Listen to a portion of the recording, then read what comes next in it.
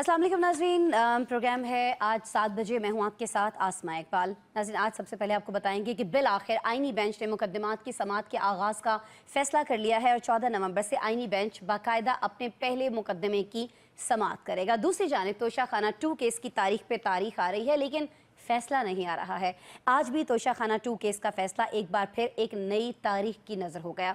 Final फैसला तो नहीं आ रहा, लेकिन जेल से एहतजाज की फाइनल कॉल के बयानात ज़रूर मुसलसल आ रहे हैं, जिस पर हुकूमत ने भी अपनी वाज़ेह पॉलिसी बयान कर दी है कि अगर एहतजाज होगा तो भरपूर मज़ामत भी होगी।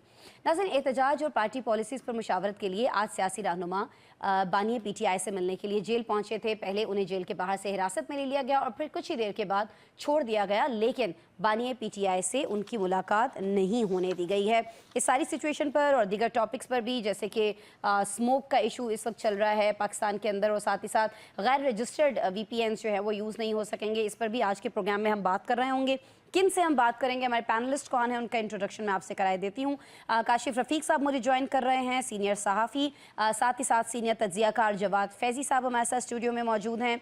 सबीना पाशा साहिबा हमें ज्वाइन कर रही हैं, सीनियर तज्ज़ियाकार हैं, आप देख सकते हैं वीडियो लिंक पर, हमारे साथ लाहौर से मौजूद हैं। साथ ही साथ आज हमें ज्वाइन कर रहे हैं साबिर शाह साहब, हमारी खुसूसी रिक्वेस्ट पर सीनियर सहाफ़ी हैं। बहुत शुक्रिया जी आप तमाम साहिबान का। और आगाज़ आज गुफ्तगू का काशिफ साहब मैं आपसे करना चाहूँगी, कितनी खुशाइंद लग रही है आपको ये चीज़ कि बिल आखिर आईनी बेंच जो है वो मुकदमात की समाअत का आगाज़ करने जा रहा है? बिस्मिल्लाहिर्रहमानिर्रहीम। बिलाशुबा मैं ये समझता हूँ कि ये एक अच्छी डेवलपमेंट है कि 26वीं आईनी तरमीम के बाद जिन ने जो स्पेकुलेशन की, जो बातें की और जो उनके एप्रीहेंशंस थे, वो सारे जो है वक्त के साथ साथ उन्होंने दम तोड़ा। और अब आईनी बेंच जब 14 नवंबर से ऑनवर्ड बाकायदा तौर पे केस सुनेगा, उस पर चीज़ें देखेगा, उसके फैसले होंगे, इस सारे मामले पे मैं समझता हूँ कि ग्रेजुअली पोलिटिकली स्टेबिलिटी आएगी। और ये आईनी बेंच जो है जैसे जैसे ये आगे बढ़ेगा और ये फर्स्ट कम फर्स्ट सर्व की बुनियाद पे आगे बढ़ेगा, मैं समझता हूँ कि इसमें हर तरह के आईनी जो मुकदमात हैं वो होंगे। तहरीक इंसाफ की जानिब से दोबारा इंट्रा पार्टी इलेक्शन जो उनके कलदम करार दिए गए थे, उनको उनकी नज़रसानी भी दायर की गई है। और अजीब बात यह है, इसमें मुझे समझ नहीं आती, मैं खुश हूँ या अफसोस का इजहार करूँ कि आप आईनी बेंच को मानते भी नहीं, आप 26 आईनी तरमीम को भी नहीं मानते, आप उस प्रोसेस को भी नहीं मानते, फिर आप उसका हिस्सा भी बनते हैं, फिर उसी बेंच के सामने आप अपनी मारूजात भी रखते हैं। तो मैं ये समझता हूँ कि क्लैरिटी के साथ चीज़ों को होना चाहिए कि ठीक है 26वीं आईनी तरमीम हो गई, एक आईनी बेंच बन गया, आप अपने आईनी पॉइंट भी उनके सामने लेके जाइए, एड्रेस कीजिए, और अगर उसमें आपको रेमेडी मिलती है तो मैं समझता हूँ बेहतर है। और मैं ये समझता हूँ कि अगर तहरीक इंसाफ को किसी केस में इसी आईनी बेंच से रेमेडी मिल गई तो आप देखिएगा कि यही तहरीक इंसाफ जो इसकी मुखालफत में सोशल मीडिया ब्रिगेड को लॉन्च करती है और शदोमत से बातें करती है, इसी आईनी बेंच की मदासराई कर रही होगी। और बहरहाल आईनी बेंच में जो भी मुकदमात हैं आएंगे, और इससे बहरहाल एक जरूर होगा, पाकिस्तान में जो सियासी डिस्टेबलाइजेशन की गुफ्तगू है वो ग्रेजुअली जो है वो दम तोड़ना शुरू कर देगी। सबीना साहिबा, आप भी देख रही हैं कि ये सियासी अदम इस्तेहकाम की जो बातें हैं, ये कहीं ना कहीं हमें आईनी बेंच जब मुकदमात के समाअत शुरू कर रहा होगा तो उससे हमें कम होती हुई दिखाई देगी। आप ये समझती हैं कि नहीं, ये बहस जो है ये बहुत ज़्यादा बढ़ जाएगी? और साथ ही साथ मैं चाहूँगी कि जब आप गुफ्तगू करें तो प्लीज़ इसमें एक और चीज़ ऐड ज़रूर कीजिएगा, वो है नवंबर का महीना। जिस तरह के बयानात सामने आ रहे हैं और जिस तरह के बयानात का इंतज़ार हो रहा है, सिचुएशन आप सबीना साहिबा किस जानिब जाती हुई देख रही हैं? जी, शुक्रिया आसमा। आसमा, मुझे तो लगता ही नहीं है कि इस आईनी बेंच का किसी भी तरह कोई पॉलिटिकल स्टेबिलिटी से ताल्लुक है। अच्छा। ना तो इस आईनी बेंच के बनने से कोई पॉलिटिकल स्टेबिलिटी आएगी, ना कोई अदम इस्तेहकाम आएगा। इसका कोई आपस में लिंक नहीं बनता। आईनी मुकदमात आईनी बेंच ने सुनने हैं, उसका पॉलिटिकल स्टेबिलिटी से क्या फर्क पड़ेगा? पॉलिटिकल स्टेबिलिटी आपके मुल्क में आइंदा चंद दिनों में तो नजर नहीं आ रही, क्योंकि एक तरफ पाकिस्तान तहरीक इंसाफ फाइनल कॉल की बात कर रही है, वो अपनी तैयारियां कर रही है, तो दूसरी तरफ हमें नजर आ रहा है कि एक दफा फिर से आपका जो इकोनॉमिक क्राइसिस है वो बढ़ रहा है। ऐसा लग रहा है कि मजीद टैक्सेस लगाने पड़ेंगे हुकूमत को, कोई मिनी बजट आ सकता है, जिसके नतीजे में जो आपके आम तबकात हैं वो भी एहतजाज कर रहे होंगे, वो भी अनरेस्ट का शिकार होंगे। तो ये सब चीजें अपनी जगह। और फिर इंटरनेशनली एक प्रेशर जो है वो ऑलरेडी बिल्डअप हो रहा है इस हुकूमत के ऊपर कि जो भी इंसानी हुकूक की खिलाफ वर्जियां की जा रही हैं, या जो इलीगली आपने बहुत सारे जो सियासी कैदी बना रखे हैं इनको आप रिलीज करें, तो ये सब चीजें भी हैं। तो इसके नतीजे में बज़ाहिर तो मुझे नजर नहीं आ रहा कि बहुत जल्द कोई मुल्क में इस्तेहकाम आ रहा है। ये कहना कि आईनी बेंच जो है उसकी वजह से कोई इस्तेहकाम आएगा, आईनी बेंच अव्वल तो मेरे ख्याल से जिस तरह से बना है और एक बिल्कुल लोगों के खिलाफ मुकदमात सुनने हैं वही बैठ के चूज कर रहे हैं कि जी मुकदमात कौन से सुनेंगे जजेस और कौन से नहीं सुनेंगे। और अगर आप ओवरऑल भी इन जजेस की एक्सपर्टीज देखें तो सिविल मुकदमात में ये ज्यादा एक्सपर्ट रहे हैं। और जो आपके टॉप सीनियर 3-4 जजेस हैं सुप्रीम कोर्ट के, आपने उनको एक साइड पे कर दिया है, वो इस पूरे आईनी यानी बेंचेस का हिस्सा नहीं है। देखना होगा कि ये 26वीं आईनी तरमीम जब चैलेंज होके हो चुकी है, इसका जब केस लगेगा तो आईनी बेंच उस पर क्या करेगा। लेकिन मैं तो ये समझती हूँ कि कोई भी इस आईनी बेंच पे उस तरह से बहुत ज्यादा एक्सपेक्ट ही नहीं कर रहा, क्योंकि सबको बहुत ज्यादा इस बात को आप कह सकते हैं कि प्रिडिक्ट कर चुके हैं सब कि इस आईनी बेंच से क्या हासिल होना है और किस किस्म के इनके जो फैसले हैं वो आएंगे। तो मेरा नहीं ख्याल है कि ज्यादा लोगों ने इस पे कोई तकिया किया हुआ है या इसके ऊपर कोई बहुत इन्हिसार कर रहे हैं। असल चीज जिसके ऊपर इस वक्त सबकी नजरें लगी हुई हैं वो बाकी फैक्टर्स हैं जिसका मैंने शुरू में जिक्र किया। ठीक है समीना साहब, ये नवंबर वाले क्वेश्चन पे मैं दोबारा आपकी जानिब आऊंगी, लेकिन साबिर साहब की तरफ आते हैं। साबिर साहब, आप समीना साहिबा की बात से इत्तेफाक करेंगे या काशिफ साहब ने जो कहा है उससे? आसमा, पहली बात तो ये है कि मुझे अपने दोनों साथियों की आवाज क्लियर नहीं आ सकी। बिल्कुल आपसे रिक्वेस्ट करूंगा कि आवाज देखिए को ठीक करवा काशिफ साहब, जी बिल्कुल वो हम कर देते हैं। काशिफ साहब का मानना ये है कि जो ही आईनी बेंच जो है मुकदमात की समाअत शुरू करेगा तो मुल्क में ये जो सियासी अदम इस्तेहकाम हमें दिखाई देता है ये कहीं ना कहीं थम जाएगा। बहुत सारी आवाज़ें जो है कहीं ना कहीं हमें खामोश होती हुई दिखाई दे रही होंगी, खासतौर पर पिछले दिनों जो 26वीं आईनी तरमीम को लेकर चीज़ें होती रही हैं। लेकिन समीना साहिबा ने साबिर साहब ये फरमाया है कि इससे सियासत का, सियासी इस्तेहकाम का, अदम इस्तेहकाम का कोई ताल्लुक नहीं है। आईनी बेंच जो टोटली एक डिफरेंट चीज़ है। साबिर साहब, देखिए आसमा, बात यह है कि जिस हालात में कॉन्स्टिट्यूशनल कोर्ट बना है पाकिस्तान में वो हालात अच्छे नहीं हैं। सही, ठीक है, वरना तो दुनिया के 95 मुल्कों में कॉन्स्टिट्यूशनल कोर्ट अलहदा होता है, सुप्रीम कोर्ट अलहदा होता है। ठीक, कोई इख्तलाफ नहीं होता। इसमें गरीब ममालिक भी हैं, अमीर भी हैं, हाँ, तरक्की याफ्ता भी हैं, तरक्की पजीर भी हैं। सही, लेकिन हमारे यहाँ जिस हालात में ये बना वो हालात बहुत ज्यादा टेंस थे और इससे जजेस में रिफ्ट अभी भी मौजूद है जस्टिस काजी फाइज ईसा के जाने के बाद। तो इस तरह बेंचों की जो तश्कील है उस पर भी मसला आएगा और जब केसेस सुने जाएंगे उसमें भी आपको जजेस का एक तो इख्तलाफ होता है ना जी, जो कि जेन्युइन बात है, यहाँ आपको बकायदा रिफ्ट नजर आएगी। वो तो खत्म होते मुझे नजर नहीं आती कि आप जजेस की तादाद जितनी मर्जी ज्यादा कर लें। दूसरी बात यह है कि पॉलिटिकल जो स्टेबिलिटी की बात है वो तो उस वक्त है ना कि जब पाकिस्तान की सबसे बड़ी पॉलिटिकल पार्टी को ये इत्मीनान हो कि उसके साथ कोई इंसाफ हुआ। अब सबसे बड़ी पॉलिटिकल पार्टी मेरे नजदीक तो पाकिस्तान तहरीक इंसाफ है। उसकी गलतियां अपनी जगह हैं, उसकी कोताहियां अपनी जगह हैं, लेकिन उसका लीडर भी अंदर है। तो इलेक्शन में भी जो हुआ हम सब जानते हैं। मेरा नहीं ख्याल इलेक्शन फेयर हुए हैं, जाती तौर पे मैं समझता हूँ।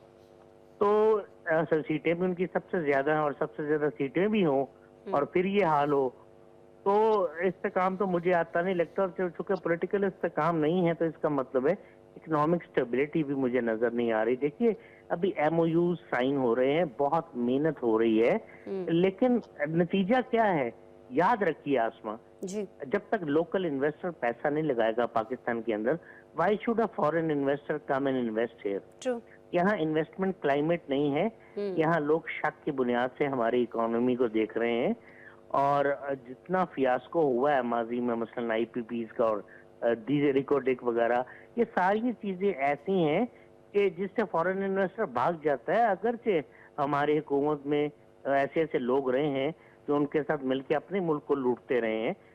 बहुत कोई एक बदकिस्मती हो तो मैं बताऊं, लेकिन साबिर साहब आप बिल्कुल सही फरमा रहे हैं, लेकिन आप फॉरेन इन्वेस्टर्स की बात कर रहे हैं, फॉरेनर्स की बात कर रहे हैं। यहाँ तो आम पाकिस्तानी जो हैं बहुत सारे वो भी मुल्क से भागना चाह रहे हैं, जो सिचुएशन इस वक्त हो चुकी है। मैं चाहूँगी मैं आपकी तरफ आऊँ। जवाद फैजी साहब, आप इस सारे मामले को आखिर किस तरह से देखते हैं? और बहस तो ये भी हो रही है कि पहला जो मुकदमा सुना जाएगा इस आईनी बेंच की जानिब से वो कौन सा होगा, और क्या ऐसा हो सकता है कि आईनी बेंच जो है वो अपने ही बेंच की तश्कील के खिलाफ जो दायर दरखास्त है उसकी समाअत कर रहा हो? जवाद साहब देखिए, इसमें दो चार चीज़ें हैं। मेरे दोस्तों ने बड़ी तफसील से बात करने की कोशिश की।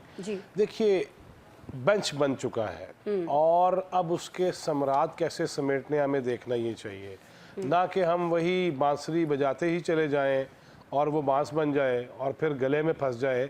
लिहाजा हमें ये नहीं चाहिए। हमें ये चाहिए कि जो हो गया है, ठीक है, साबर साहब ये कह रहे थे कि वो कोई आइडियल हालात नहीं थे, लेकिन मैं नहीं समझता कि पाकिस्तान में जब भी कभी कोई आईनी तरमीम आई है, कोई कानून बनाने की बात हुई है, तो उसमें बड़े ही फराख दिली के साथ सब ने एक दूसरे से मुआनका किया हो, मुसाफा किया हो, और उसके बाद वो बिल मंजूर हो गया हो या वो कानून बन गया हो। लिहाजा ये तो ऐसे ही है, पाकिस्तान में हमारी गुटी में है कि हम ऐसी कोई काम होने नहीं देना। अच्छा काम हमें वारा नहीं खाता, और अगर वो अच्छा भी है तो लेकिन मैं अपनी मर्जी का एंगल उसमें ज़रूर लेके आऊँगा। और फिर जिस तरह हमने देख लिया, जिस तरह काशिफ साहब ये कह रहे थे कि वही PTI जा भी रही है उसी बेंच के सामने, और एक तरफ वो जलसे जुलूस करने की बातें करेगा, ऐसी मानते ही नहीं। हमें ये 26वीं तरमीम हमने माननी ही नहीं है। लिहाजा ये जो तजाद बयानियाँ हैं, इबहाम है, कन्फ्यूजन है, और लोगों को कंफ्यूज रखने की पॉलिसीज है ना, ये सबको छोड़नी होगी। किसकी पॉलिसीज हैं ये? लोगों को कंफ्यूज रखने की किसकी पॉलिसी है ये? वो किसी की भी, ये PTI की भी है और अगर हुकूमती भी है। मैं दोनों तरफ की बात कर रहा हूँ, दोनों तरफ की, मैं एक तरफ की बात नहीं कर रहा। अगर वो हुकूमती लेवल पे है तब भी गलत है, अगर वो अपोजिशन के लेवल पे है तब भी गलत है, मौलाना के लेवल पे है तब भी गलत है। कोई हदीस नहीं है। लिहाजा इस कौम को, अवाम को और जवानों को हमने ट्रक की अजीब सी बत्ती के पीछे लगाया हुआ है, और वो भागते ही चले जा रहे हैं, और ये भी नहीं देख रहे कि करना की हम जा कर रहे हैं। लिहाजा हमें ये चाहिए कि अगर आईनी तरमीम हो गई है, कानून बन चुका है, तो उसके समराज समेटने की कोशिश करें, ना कि उसमें से कीड़े निकालने की कोशिश करें। मेरी तो ये बसात नहीं है, मेरे तो पर जलते हैं, आईनी उमूर हैं, अदालती उमूर है, मैं किस हद तक बात कर सकता हूँ। लेकिन जहाँ तक रह गई सियासी इस्तेहकाम की बात, देखिए ये मुल्क तो सबका है, और जिन्होंने रियासत मदीना बनानी थी उनका भी है,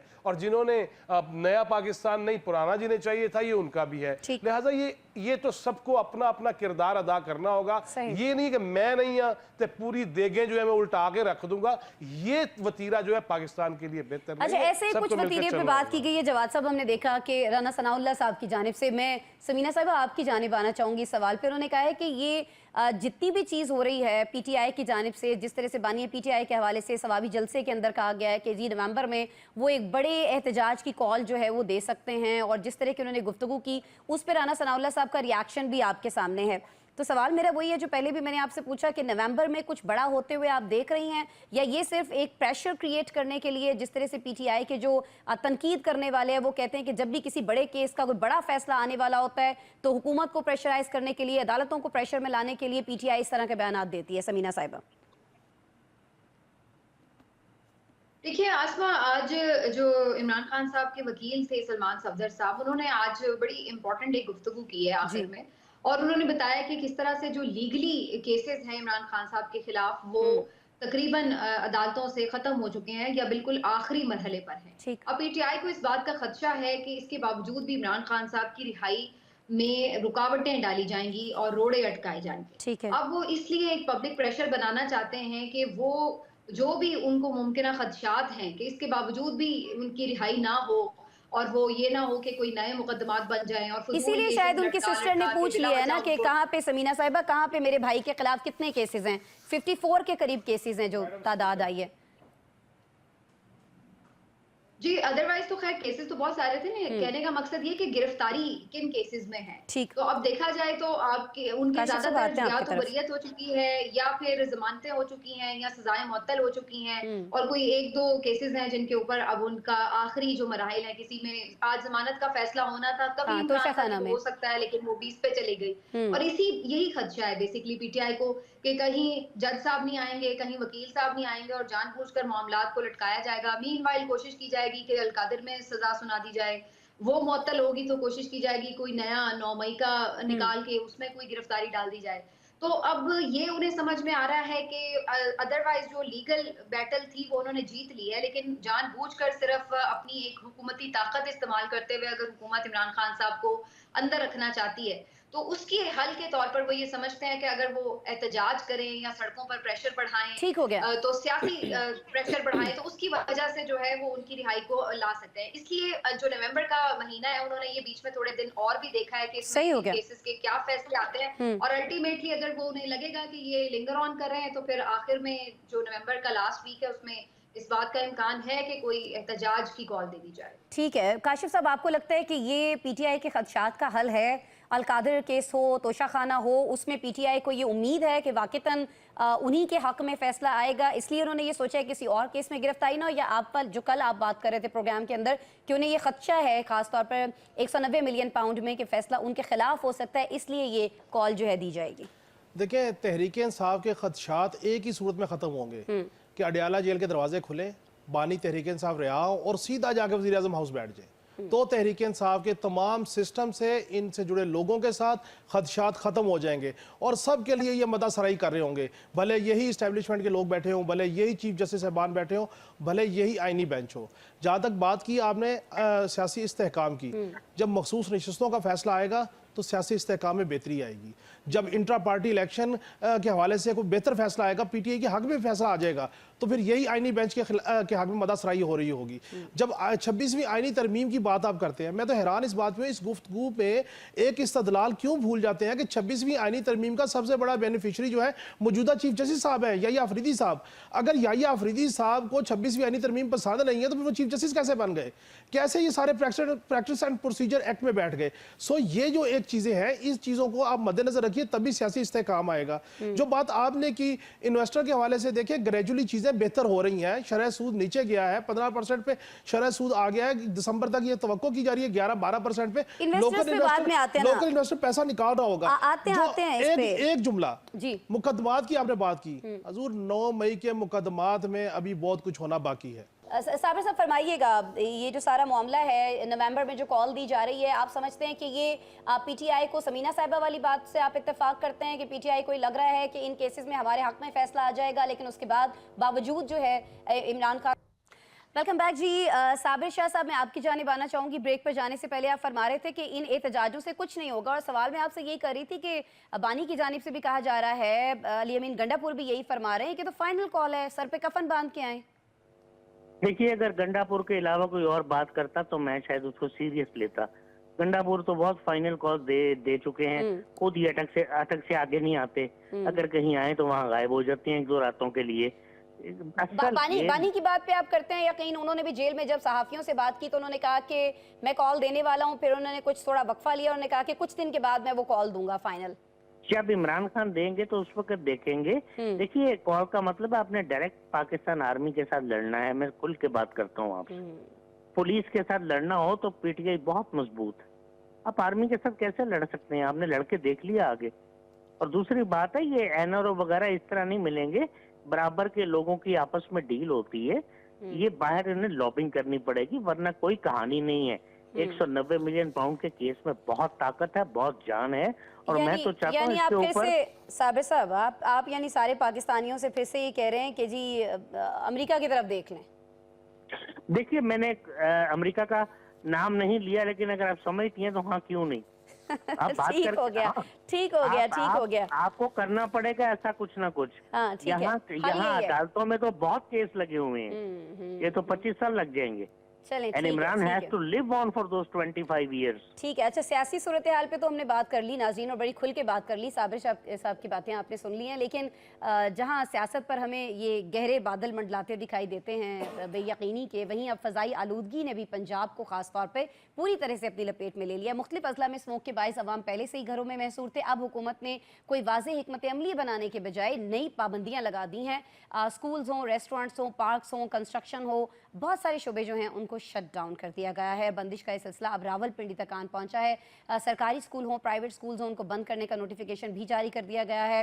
वालिदैन तो परेशान है ही हैं, लेकिन कारोबारी तबका जो है वो भी इससे बहुत ज़्यादा परेशान है। और समीना साहिबा क्योंकि लाहौर से हमारे साथ मौजूद हैं, तो समीना साहिबा, पहले तो मैं आपकी तरफ आऊँगी, आप बताइएगा, आप लाहौर में हैं, सिचुएशन क्या देखती हैं?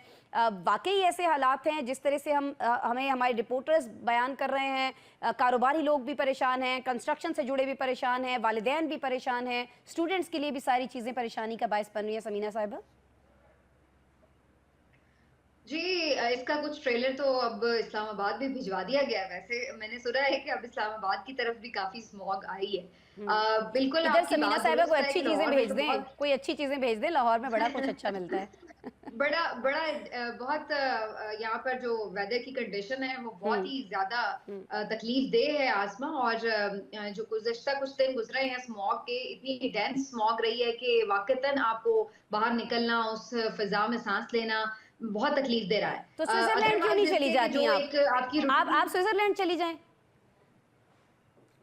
बस अब वही मसला है ना कि अब जरूरी तो नहीं कि हम भी सोने के चम्मच मुंह में लेके पैदा हुए हो कि स्विट्जरलैंड ही चले जाएं। और अल्टीमेटली वही बात है कि अपने घर को तो हमने खुद ठीक करना है, ना कि सबने यहाँ से भाग जाना है। अब वैसे तो इस मुल्क में अब हालत यही बना दी गई है कि सब कोई मौसम की वजह से भाग जाए, कोई अपनी जान बचाते हुए चला जाए, कोई बेचारा इस वजह से चला जाए कि जी यहाँ पर उसको लगता है कि इंसानी हुकूक नहीं उसको मिल रहे, बुनियादी आजादियां नहीं है, तो हर कोई अपनी वजह से ढूंढता है कि उसको लगता है कि यहाँ से जाना है। लेकिन अफसोस का मरहला है, ये कोई खुशी की बात नहीं है।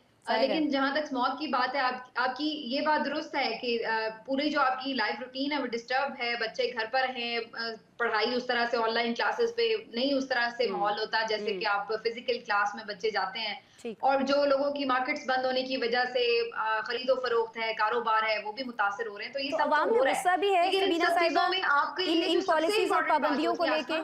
सॉरी समीना साहिबा, इन पॉलिसियों को, पाबंदियों को लेके गुस्सा है। सबसे जो इसमें इम्पोर्टेंट बात होती है वो ये होती है कि आपको कम से कम ये नजर आ रहा हो कि जी एक तो नेचर की तरफ से ये है या हमारी कुछ अपनी जाहिर है इंसानी कोताहियां होती हैं जिसकी वजह से हम ये सब भुगत रहे हैं। लेकिन एटलीस्ट आपको ये तो नजर आ रहा हो कि आपके जो हुक्मरान हैं वो आपके साथ खड़े हुए हैं, वो इस मुश्किल कंडीशन में कुछ ना कुछ प्लान कर रहे हैं, कुछ वे आउट दे रहे हैं। कोई आपको उनकी तरफ से एक इजहार यकजहती नजर आता है कि भाई जिस गंदी फिजा में आप सांस ले रहे हैं हम भी यही ले रहे हैं, और वो ये आपको करते हुए नजर आ रहे हैं। कोई भाग दौड़ के कम से कम कुछ उनकी एफर्ट है कि जी किसी तरह इसको मैनेज करना है। लेकिन ऑप्टिक्स बड़े खराब हैं। ऐसी सूरत हाल में हम ये देख रहे हैं कि जो आपके हुक्मरान खानदान है वो सारे बाहर चले गए हैं और आपकी जो आवाम है वो यहाँ पर सांस घुट घुट के ले रही है और मुश्किल से जी रही है। लेकिन सूरत हाल ये कैसा लगता है कि वो किसी की प्रायोरिटी नहीं है। ठीक है जवाद साहब। देखिए मेरा ख्याल है स्मोक के हवाले से भी सियासी गुफ्तगू ही चल रही है। मैं पिछले सेगमेंट की बात जरूर करना चाहूँगा। सियासतदान कर रहे हैं ना, भुगत अवाम रहे इसलिए सर। मैं देखें हम भी बहुत कुछ कर रहे हैं। मैंने अपनी गाड़ी का इंजन कभी ठीक कराने की कोशिश नहीं की है और मैं अन्यवाह आग लगा देता हूँ। जहाँ मैं गंद देखता हूँ और मैं डस्टबिन में चीज़ें नहीं फेंकता, मैं बल्कि उसका निशाना ले लेता हूँ। बड़ा मैं निशानेबाज हूँ। ये मजमूई सूरत हाल है हमारी, इसमें हमारा भी कसूर है। जिस तरह समीना ने कहा ना कि हम भी उसमें कसूरवार है, लेकिन हुकूमत की जिम्मेदारी है। देखिए 2-3 चीज़ें आपने की, अभी साबिर शाह साहब ने भी बात की कि इंटरनेशनल लॉबीज़, भाई अमेरिकन इतने भी मादर पिदर आज़ाद नहीं है। उन्हें भी पता है कैलिफोर्निया की अदालत ने एक फैसला दिया हुआ है जो सीता वाइट से धोखा हुआ था, लिहाजा वो सारे जानते हैं। अन्यवा कोई नहीं आ जाता पकड़ जो साढ़े सौगात हमारे वाले कर दे। लिहाजा हमें सारी चीज़ें देखना पड़ेंगी। दूसरी बात यह है कि अभी बात हुई कि बड़ा एहतजाज होगा, वो एहतजाज करेंगे जो ब्लैक लेबल शहद के केस में पेश ही नहीं हो रहे और वो चाह रहे हैं कि जी मैं बीमार हाँ और इनकलाब लाने के लिए मैं चल पड़ता हूँ। लिहाजा ये सारी चीज़ें ना नौजवानों को अल्लाह के वास्ते इस कदर मायूस मजीद ना करें, काफ़ी हो चुका है। जब सुलेमान और कासम आ जाएंगे ना टैरियन समेत एहतजाज की क़यादत करने, फिर हम देखेंगे कि क्या हो रहा है और किस तरह एहतजाज होता है। लिहाजा ये सारी चीज़ें मैं ये समझता हूँ कि ये बार बार एक ही बात और प्राइम टाइम शोज़ जो है इसी पे करने। हाँ स्मोक की बात है ना, उस पर तजावीज़ दीजिए, आइडियाज़ दीजिए, उस पर गिरफ्त कीजिए, हुकूमत वक्त से पूछिए। और हमने देखा कि अगर माजी का तसलसल चलता आ रहा है, पहले भी ये था 4-5 साल हो गए हैं, आप लाहौर जाके खड़े नहीं हो सकते। आप अगर वहाँ खड़े होते हैं तो आपके सर पे ऐसे खाक पड़ती है और पता चलता है कि ऊपर से कोई चीज़ गिर रही है। लिहाजा उसमें सबको अपना किरदार अदा करना होगा। कितने मीडिया हाउसेज हैं जो उस पर पैगाम चला रहे हैं कि बच्चों तदाबीर को इख्तियार करो, क्योंकि इश्तहार तो आएंगे ही आएंगे। हमने खुद जो लिख के दिया होता है कि इतने % हम भी अवामी जो फलाह है, बहबूद है, उनके हवाले से उनके शऊर की बढ़ोतरी के लिए किरदार अदा करेंगे। कितने लोग कर रहे हैं। लिहाजा हमें सबको ये चाहिए, हाँ हुकूमत पे गिरफ्त करनी पड़ेगी। अब तो पेशावर भी पहुंच गया है, अल्लाह ना करे ये मुकाबला ना चल पड़े। मैं तो हमेशा ये कहता हूँ, आसमा आपके प्रोग्राम भी कहता हूँ कि ये वो इस वक्त पाकिस्तान में इकाइयाँ हैं जहाँ मुख्तलिफ हुकूमतें हैं। इन्हें चाहिए अवाम के मसाइल हल करने में दौड़ लगाएं और हम ये देखें कि एक दूसरे से सबकत ले जाने की कोशिश हो रही है। अब अल्लाह ना करे ये स्मोक पेशावर तक पहुंच गई है ना, अगर उधर सक्खर तक मोटरवेज बंद हो गए हैं ना, अब ये देखना पड़ेगा हमें कि कौन सी हुकूमत, कौन सा वजीर आला किस कदर आला अरफा काम कर रहा है कि लोगों को इन मसाइल से उनका हल निकल रहा है। ठीक है, आपने पेशावर की बात की है ना, आपने पेशावर की बात की तो वहाँ तो लोग ये कह रहे हैं कि हम तो जी एहतजाज की कॉल दे रहे हैं, वहाँ भी कुछ खास इस पे तवज्जो दिखाई नहीं देती है। पंजाब में हुक्मरानों ने क्या किया, वो कहाँ चले गए, कितनी तनकीद हुई, ना वहाँ करे, हर जाकर जगह उन्होंने पे क्या जाए। किया, वो सारी चीज़ें भी जवाद साहब आपके भी सामने, हमारे भी सामने। मैं साबिर साहब से चाहूँगी कि आप साबिर साहब इस पर ज़रूर रोशनी डालिए कि हुकूमत वो सारी चीज़ें कर रही है जो उसको करनी चाहिए, चाहे वो पेशावर की हुकूमत हो, सॉरी KPK की हुकूमत हो, पंजाब की हुकूमत हो, जो चीज़ें होनी चाहिए वो हो रही हैं। देखिए जी, एक तो अल्लाह की तरफ से भी अजाब आता है, कुछ हमारी करतूतें हैं, बदतरीन लोग हम पे मुसल्लत हैं शुरू से। वजीर माहौलियात पंजाब स्विट्जरलैंड में फिर रही हैं मैडम का बैग पकड़ के, और यहाँ माहौलियात का रफड़ पड़ा हुआ है। दूसरी बात मैं आपको बताऊं, जो हालात बदलते हैं ना तो अचानक कुछ ना कुछ हो जाता है। It there might be a case of, मैं बात करना चाहता हूँ फिर रुक जाता हूँ। कर लें खैर नहीं, किस बहुत सख्त हो जाएगी बात, कुछ पता नहीं लगता होता। यहाँ जेल से नवाज शरीफ निकला था, इंटरनेशनल लॉबीज लेके जाती हैं, अपने अपने इंटरेस्ट होते हैं और 100 मसाइल होते हैं। तारीख को इस तरह नहीं दाएं बाएं फेंका जा सकता। पढ़े लिखे आदमी जब जहालत की बात करे तो हैरानी होती है। ये सब हवा बदलने की देर होती है, सारे केस वेस उड़ जाते हैं। ये सारे चोर उचक्के ही हैं जो बैठे होंगे इस वक्त इक़्तिदार में, और कुछ अंदर होंगे, कुछ बाहर आ जाएंगे। ये सारे चोर उचक्के हैं, और क्या ये नेक हैं, ये कोई सेंट हैं? ये एक वली जो इक़दामात हो रहे हैं उस पे आ जाए ना साबिर साहब, मुतमईन हैं आप? कोई इक़दामात नहीं हो रहे, कुछ नहीं हो रहे। हो तो रहे हैं, सारे रेस्टोरेंट्स बंद कर दिए हैं, तामीरात बंद कर दिए हैं, बहुत सारी चीजें हो रही हैं, स्कूल बंद कर दिए हैं। हालात हैं।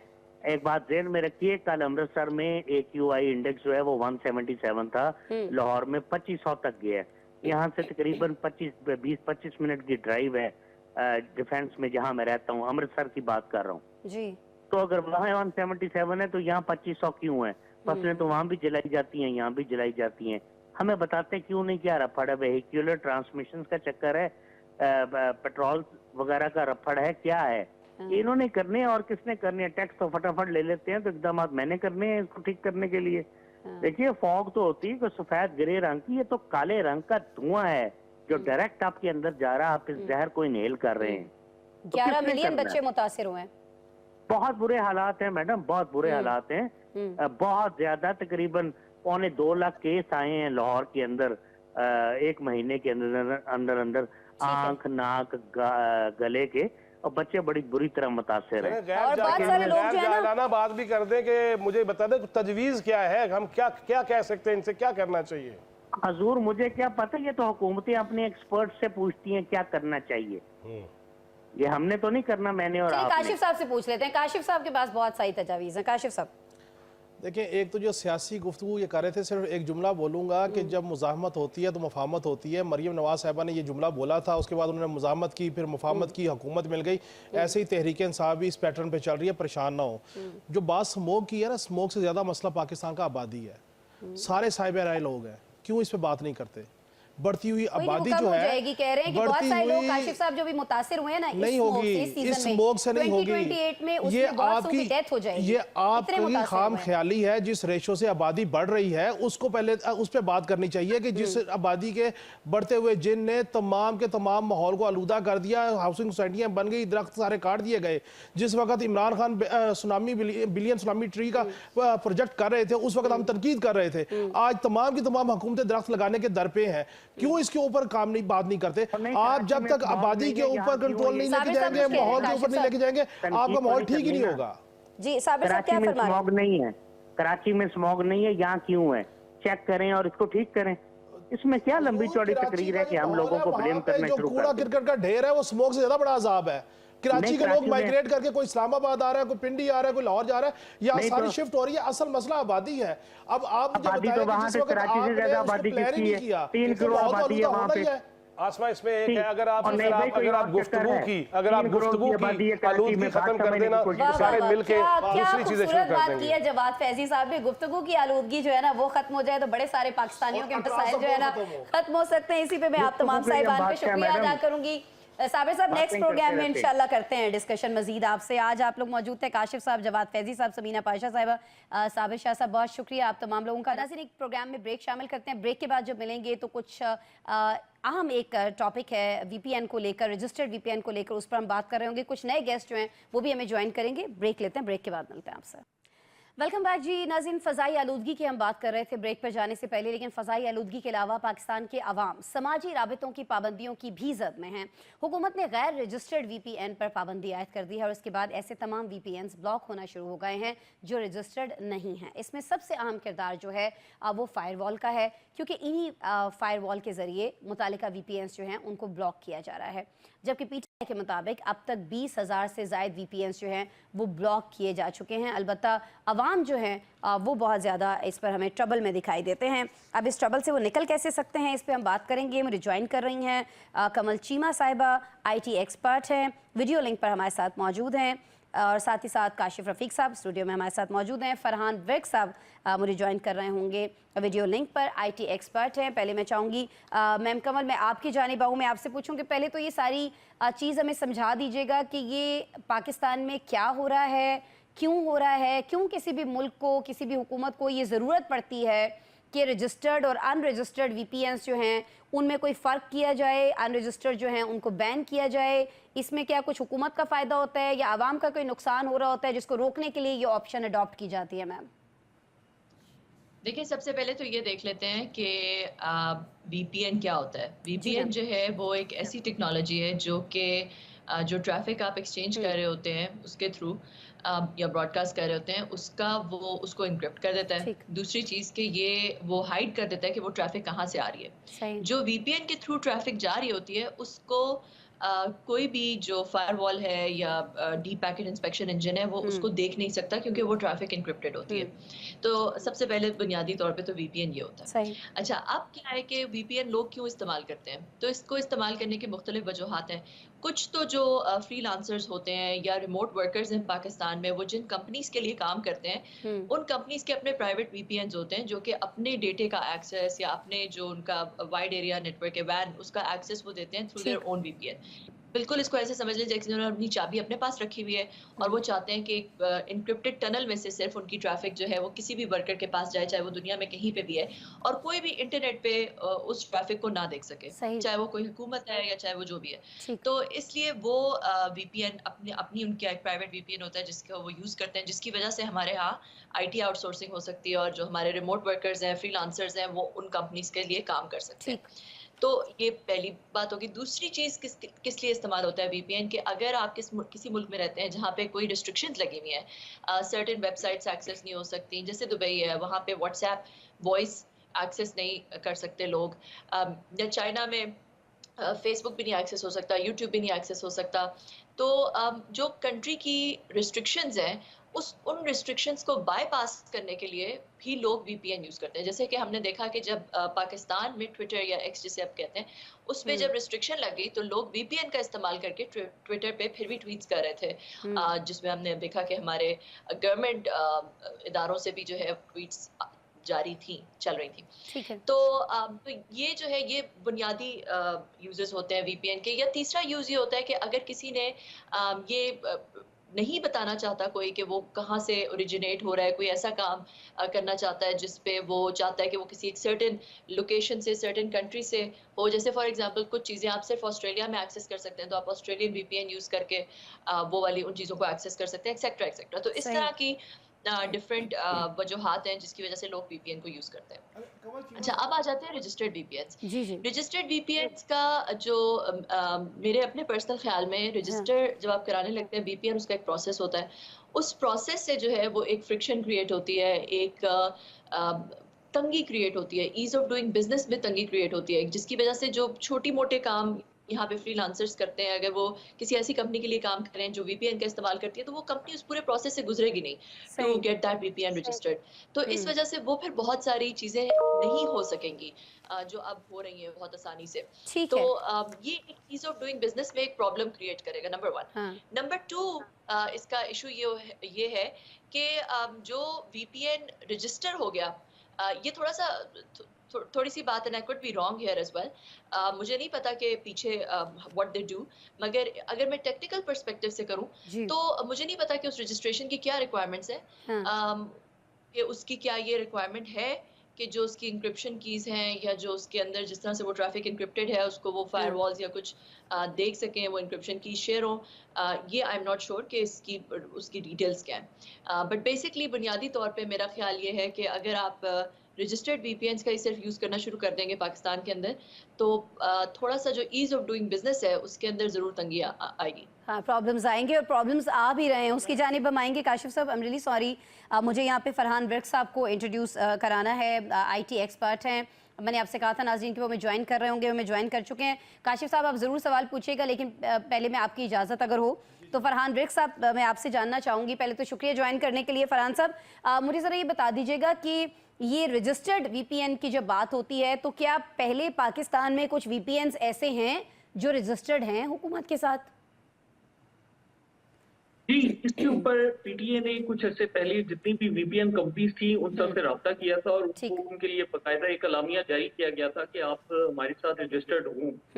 तो जहां तक अभी ये मतलब पीटीए की अपनी इंफॉर्मेशन है, लेकिन काफी जो कंपनीज थी उन्होंने पीटीए से रवाबित भी इस्तवार किए और उन्होंने कहा भी कि जी हम रजिस्टर्ड होना चाहते हैं। अच्छा। तो कुछ वीपीएन को उन्होंने प्रॉपर रजिस्टर भी किया है और कुछ वीपीएन जो हैं अभी रजिस्ट्रेशन के अमल में हैं और काफी सारे ऐसे भी हैं जो कि रजिस्टर्ड नहीं हुए।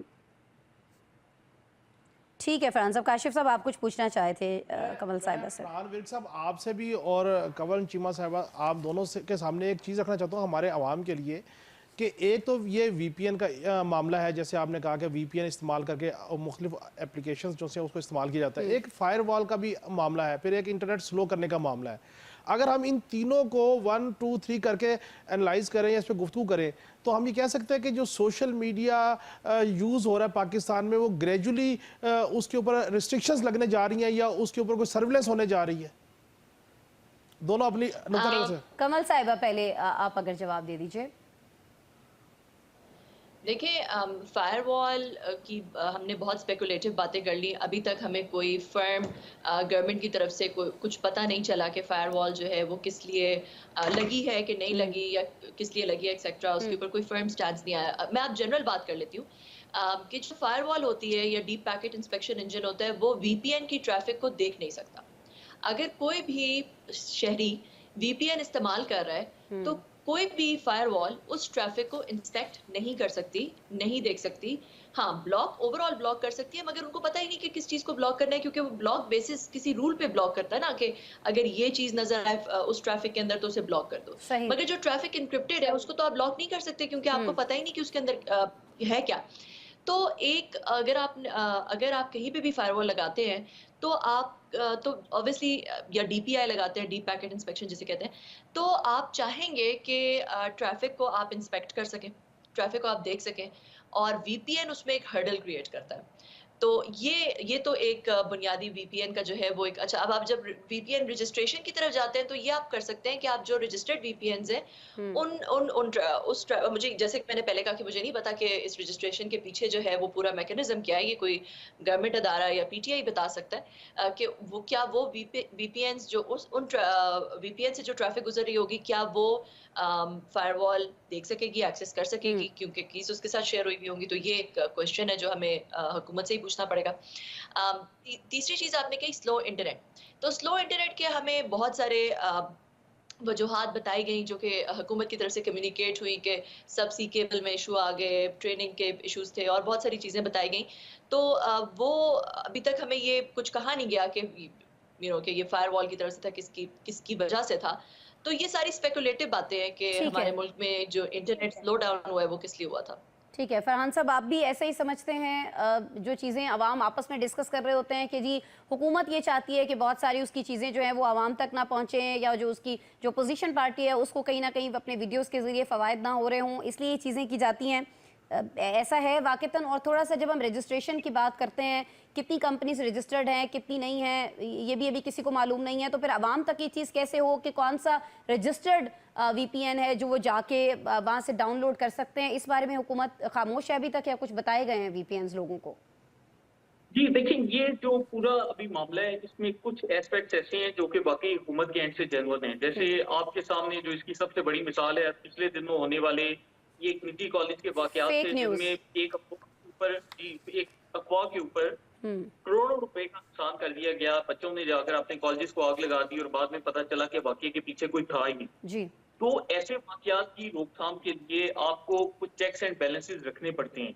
अब यहाँ पर जो काशिफ भाई ने सवाल किया, इसके बेसिकली 3 एंगल्स हैं। सबसे पहले तो ये कि फायरवॉल का जहाँ पर हमारे यहाँ एक आम तौर पर तासुब ये लिया जाता है कि जी फायरवॉल लगाने का मकसद ये है कि हर बंदे की निगरानी हो सके और इदारे जाकर उस बंदे को उसके घर में गिरफ्तार कर लें। लेकिन ये बात बिल्कुल एक्यूरेट नहीं है। हाँ। हकीकत में फायरवॉल का मकसद हमारे मुल्क का जितना भी आईटी इंफ्रास्ट्रक्चर है उस सबको प्रोटेक्ट करना भी है। कि हमारे मुल्क में देखें, आपका जो एयरवेज का निजाम है, आपके आईटी का निजाम है, मुल्क के जो हमारे इदारे हैं रियासती का, ये नादरा का निजाम है, तो हमारा पूरा जो आईटी इंफ्रास्ट्रक्चर है मुल्क का, उसकी प्रोटेक्शन के लिए फायरवॉल बहुत जरूरी है, क्योंकि पूरी दुनिया में साइबर अटैक्स होते हैं। तो फायरवॉल का जो एक प्राइमरी मकसद होता है वो होता है कि एक मुल्क के आईटी इंफ्रास्ट्रक्चर की को सिक्योरिटी प्रोवाइड करना।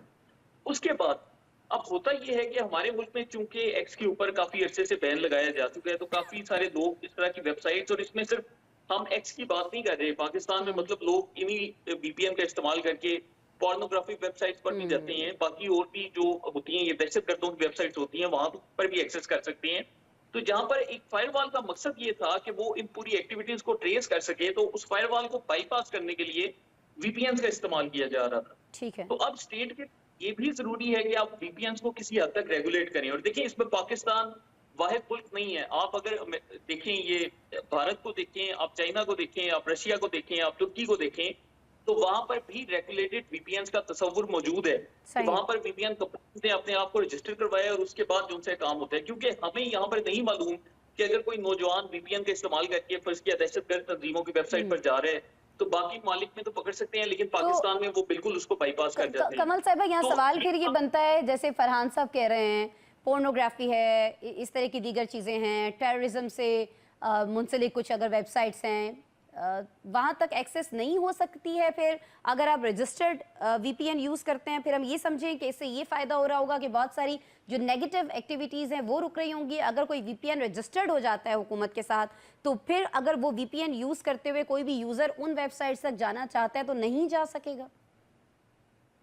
देखिए, ये तो जो नॉर्मली ऐसा ही होता है कि किसी मुल्क में जो रजिस्टर्ड वीपीएन्स होते हैं वो ये तय करते हैं कि वो उस मुल्क की जो भी रिस्ट्रिक्शंस हैं उन रिस्ट्रिक्शंस को अपने वीपीएन के थ्रू भी मेंटेन रखेंगे।